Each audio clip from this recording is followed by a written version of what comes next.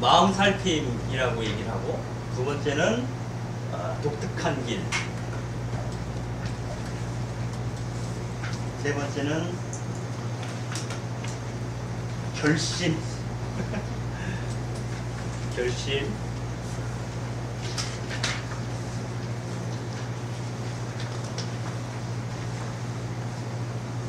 그 다음에 시작은 자기로부터,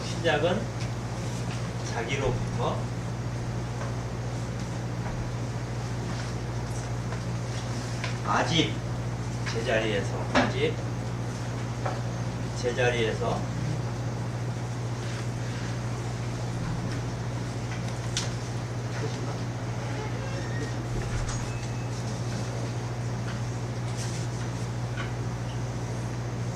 여기서 그냥 그 첫 번째 마음 살핌에서 아주 중요한 얘기를 먼저 꺼내는데, 그게 뭐냐면 이 백러시에 살고 있었던 그 슈네르 살만이라고 하는 랍비가 있어요. 슈네르 살만이라는 랍비가 있었는데, 이 사람이 이제 감옥에 갇히게 되죠. 감옥에 갇히게 되는데, 이때 그 간수장, 뭐 경비대장이라고 볼 수도 있겠어요. 이 사람이 와서 이제, 이 사람이 유명한 랍비니까 물어봐요. 어떤 직구준 질문을 하냐면, 그 성경에 보면, 창세기에 보면 그 아담이 에덴 동산에서 이제 선악과를 따먹고 이제 범죄를 하죠. 그리고 나서 하나님께서 아담아 너 어디 있느냐라고 찾아요. 아담아 너 어디 있느냐. 이게 뭔 말입니까? 하나님은 전지하신 분인데 모르면서 찾는 겁니까? 알면서도 찾는 겁니까? 이렇게 물어봐요. 좀 답하기가 참 곤란한 질문이었던 거예요. 이게 어떻게 알아들어야 되느냐 물어보니까, 이 살만이라고 하는 사람이, 랍비가 뭐라고 얘기냐면, 아담아 너 어디 있느냐라는 말은 뭐냐면, 아담아 너는 어디쯤 있느냐라는 말이에요. 아담아 너는 어디쯤 있느냐라는 말이다. 다시 말씀드리면, 이 말은 아담 한 사람한테 한 얘기가 아니라 이 세상의 모든 인간이 다 뭐다? 아담이라고. 이 세상 모든 사람이 다 아담이고, 이 아담이, 모든 그 사람이, 그 사람 중에 하나가 이제 간수장이겠죠? 간수장도 그 중에 하나일 텐데, 도대체 지금 어디쯤 와 있느냐? 다시 말씀드리면, 이 사람이 이 당시에 45살인가 아마 그랬을 거예요. 근데 45살인 너는 어디쯤 와 있느냐? 이렇게 묻고 있는 거다, 이렇게 얘기해요. 그러니까 간수장이 그 얘기를 자기 나이를 알아맞히는 건 깜짝 놀랐어요. 그러면서, 그러니까 요 말 자체를 갖고 신학적으로 푸는 게 아니라, 중요한 것은 여기서 초점은 뭐냐면은, 성서에 나오는 말씀이 이게 하느님이 뭐 전지하냐, 전능하냐, 뭐 자비하냐, 아니면 뭐 무자비하냐, 이걸 따지는 건 중요하지 않다는 거예요. 살만의 생각에. 중요한 것은 성경에 있는 그 말씀이 내 앞에 있는 너한테 무슨 의미가 있느냐라는 것만 의미가 있다. 그러니까 지금 나 자신에게 의미 없는 얘기는 말 그대로 의미가 없는 거야. 따질 필요가 없는 거야. 굉장히 현학적인 질문, 어떻게 보면 이 얘기는 현학적인 질문이에요. 성서에 나온 내용을 통해서 하느님한테 시비 거는 내용이잖아요. 그런데 하시딤에서는 실효성 없는 얘기는 하지 않는다. 즉, 성서의 모든 말씀은 다 나한테 하는 얘기라고 듣는 거예요. 그래서 아담아 너 어디 있느냐라고 했을 때는, 아담인 나는 지금 내 인생이 어디쯤에 와 있느냐. 다시 말씀드리면 인생의 목적이 있겠죠. 인생에는 유대인들에게 인생의 목적이 뭘까요? 아니면 그리스도인들에게 인생의 목적이 뭘까요? 사람마다 다르겠죠. 그렇지만 그 사람이 그리스도인의 목적은 그리스도가 되는 데 있어요. 그리스도가 되고 싶어하는 사람들이 그리스도인. 그래서 그리스도처럼 생각하고 말하고 느끼고 행동하기를 기대하는 사람들이 그리스도인이라는 거고, 그리스도의 삶과 죽음과 부활에 견주어서 자신의 삶과 죽음과 부활을 생각하는 사람들이 누구예요? 그리스도인이라는 거죠. 그런데 이 그리스도인 너가 그리스도가 되는 이 길에서 어디쯤 와 있느냐?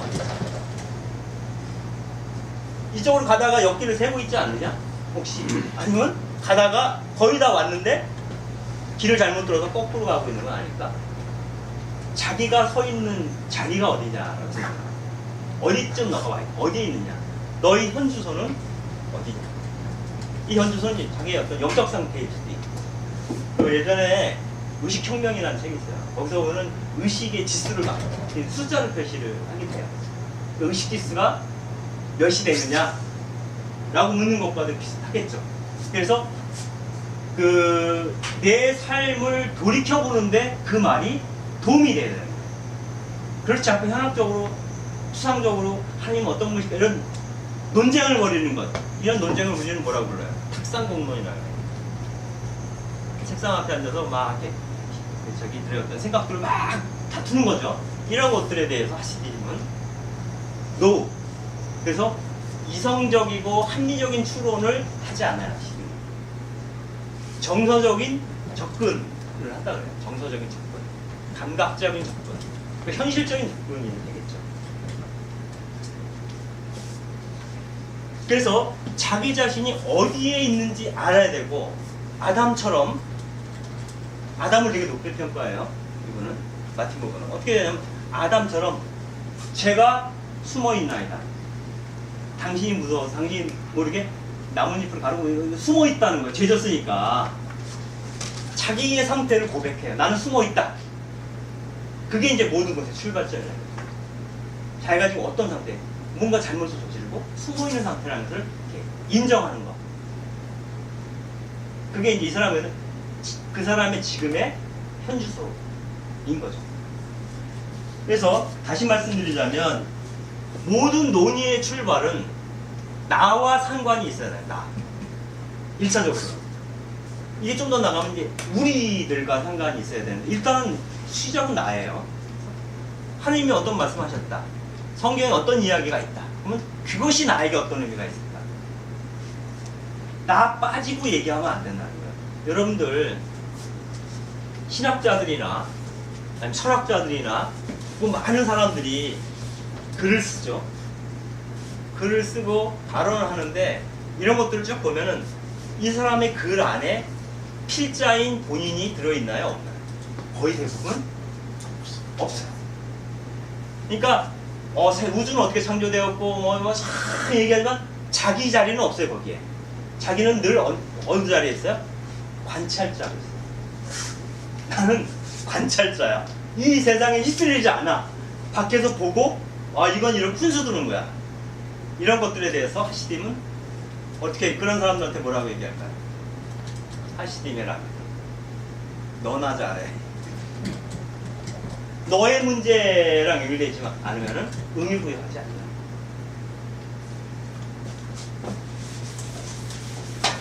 그 다음에 독특한 길, 어떤 길?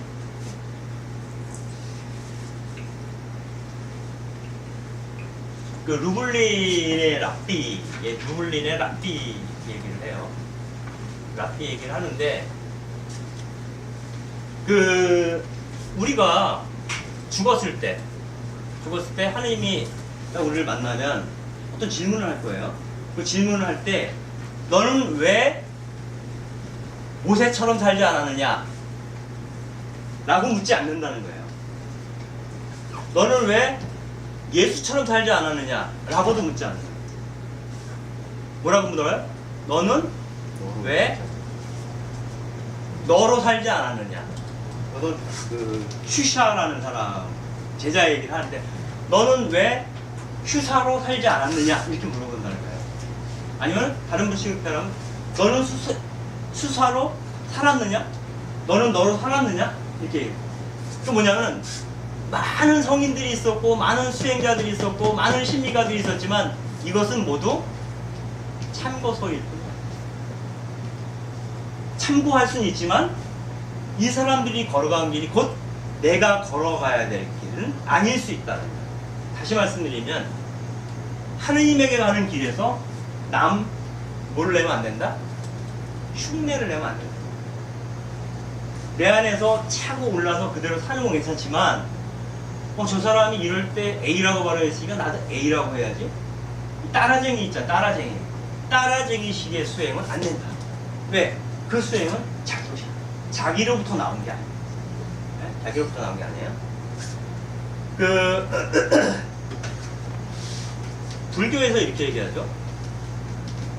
길을 가다가 이 얘기가 이쪽으로 공부하면 재밌어요. 길을 가다가 이렇게 얘기하면은 다른 식으로 쓰면 어떻게 표현할 수 있어요? 돌을 닦다가, 그죠? 바로 번역이 돼요, 그죠? 길을 가다가 돌을 닦다가 그런 뜻이구나. 조사를 만나면 선사죠, 선사. 이게 아주 형용사가 생각이 안 나네. 아무튼 굉장히 도력이 높은 어르신을 만나거든. 조사를 죽여라. 그리고 길을 가다가 부처를 만나면 어떻게 해요? 부처를 죽여라. 이것이 불가에서 수행하는 방법이라고 얘기를 해요. 마찬가지로 네가 성 프란시스코를 만나걸로 성 프란시스코를 죽여라. 이렇게 카톨릭에서는 얘기하진 않아요. 말법이 이 불교랑은 말하는 방식이 달라서.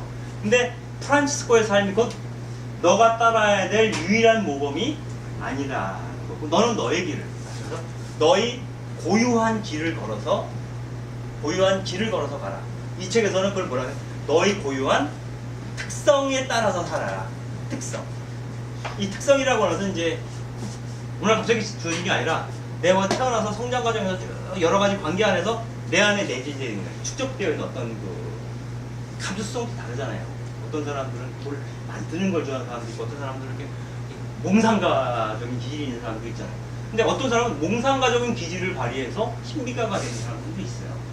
그리고 다빈치나 이런 사람들은 그 과학적인 어떤 머리를 통해서 아니면 뭘 만드는 재능을 통해서 그분을 만나.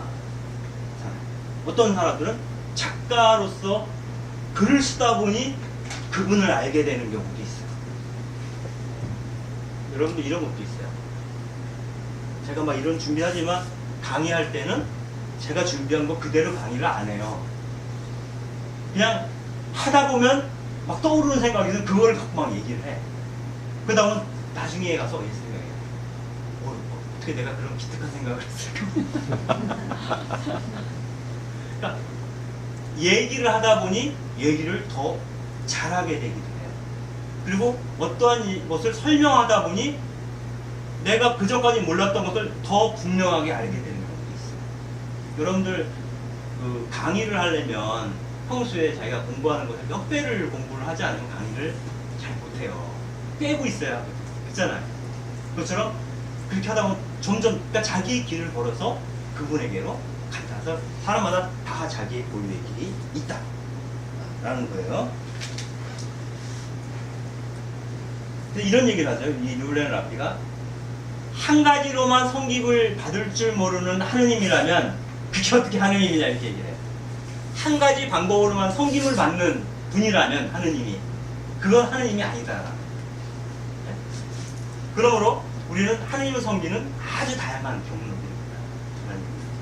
하는 거죠. 그 다음에 결심의 부분인데요. 그래, 그럼 내 고유한 길을 걸어서 가야지. 그리고 몇 가지 결심을 할까?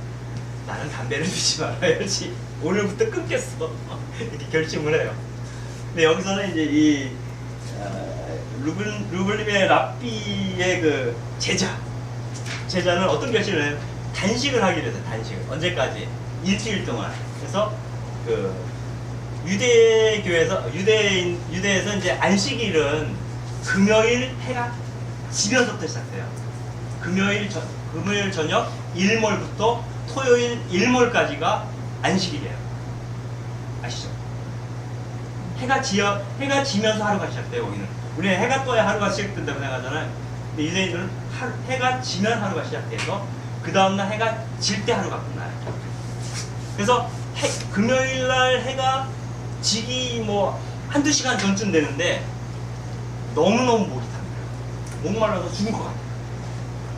단식을 하는데 이제 음식만 안 먹는 게 아니라 이 사람은 물도 안 먹었나 봐요. 그러니까 얼마나 목이 타겠어요. 일주일 동안 물을 안 먹었으면. 그래가지고 이제 우물가로 달려가서 물을 탁 먹으려고 생각하니까 일주일 내내 자꾸 이거 2시간만 참으면 되는데 그동안 애쓴 게 아깝잖아요. 가뜩 하다가 물러서 먹지 말아야지 이런 생각이 들고 딱 뒤로 물러서는데 그 생각은 어떤 생각이 들었냐면 잘했어 이런 생각과 함께 교만함이 생긴 거야. 나는 해냈어 라는 교만함이죠. 나는 유혹으로부터 벗어났어 라는 교만함이 느껴진 거야. 그래서 이렇게 교만함을 느끼느니 차라리 물을 먹는 게 낫다 이렇게 생각한 거예요. 또 가지고 물을 먹으러 딱 갔는데 갈증이 없어졌어. 물을 안 먹어서 결국 이제 단식을 지키긴 했어요. 그러니까 자랑스러워 어쨌거나. 그래가지고 이제 스승님한테 딱 가서 이렇게 잘난 척을 했겠죠. 스승님 제가 인천에 단식을 했는데 어쩌고저쩌고. 그러니까 야이 쪽모이야 그래야 쪽모이. 이 책 읽으셨죠?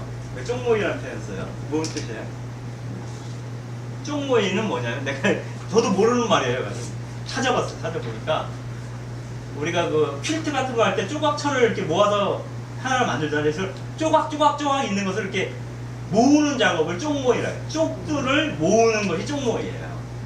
이게 뭐냐면 얘 쪽모이야 그러면 뭐냐면 너의 인격이 분열되어 있다는 거예요. 그러니까 굉장히 좀 완전히 퀼트는 완성된 어떤 보자기로 딱 통일되어 있는 게 아니라 지금 이렇게 갈라져 있는 거예요. 천들이 다 쪽이다 이렇게 그 상태라는 거에서 이 한심한 놈아 이런 뜻이에요. 그러면서 이 사람이 하는 얘기는 뭐냐면 통째로 어떠한 것들을 결심을 해야 된다는 거예요. 그러니까 이 사람이 목마르다고 우물가로 간 것도 문제고 또 교만심이 생기니까 또 왔다 갈팡질팡하는 거예요. 어떤 상황에서 통째로 자기를 온몸을 다해서 네 마음을 다하고 네 힘을 다하고 네 영혼을 다해서 뭘 하라고 얘기를 하나님 성경이라 이렇게 얘기하잖아요. 그렇지 않고 부분적인 거예요. 오늘은 이렇게 한번 해보고 내일은 저렇게 한번 해보고 분열되어 자기 안에서 이 정립이 안 되어 있는 거예요. 그러니까 자기 의식세계가 통일되어 있지 않고 수행을 어느 정도 수준까지 할 것인가에 대해서도 불확실해. 나 죽을 때까지 한번 해보겠어 이런 거 있잖아요. 죽기까지 아니면 사생결단 이런 식으로 그런 식의 생각을 하지 않고 해보기까지 해보고 아니면 말지 이런 거 있잖아요. 그런 갈팡질팡하는 마음이 갈팡질팡하는 뭘 낳는다? 행동을 낳는다. 이렇게. 이 사람이 물을 먹지는 않았지만 그 과정에서 갈팡질팡했잖아요. 근데 이 스승의 입장에서는 이 사람이 물을 먹고 안 먹고는 아무 의미가 없어. 그건 중요하지 않아. 이 스승이 본 것은 갈팡질팡하는 게 문제야. 물을 먹었든 안 먹었든. 그래서 물을 안 먹어서 그냥 뭐에 지나냐면 자기랑 한 약속을 지킨 거죠. 그리고 이 약속을 지킨 것은 사실은 여기에 매이게 되면 어떤 사람이 돼요? 바리사이 같아요. 그렇지 않나요? 자기가 정한 규칙만 지키면 되는 거잖아요. 그럼 바리사이 같아요. 요즘식으로 얘기하면 성과주의예요. 그렇지 않나요? 성과만 내면 되지. 뭐로 가나 갈팡질팡 하든 말든 돈만 벌어오면 될 거 아니야. 이런 거 있잖아요. 수주만 따오면 될 거 아니야. 회사에서. 이게 이제 실적주의, 성과주의, 혹은 갈팡주의? 아무튼 이런 거예요. 그래서 이런 마음으로는 이룰 수 없다. 마음이 먼저 하나가 된다. 한 마음. 한 마음을 먹은 뒤라야 수행이 시작된다라는 얘기입니다. 한 마음을 먹는 게 중요하다.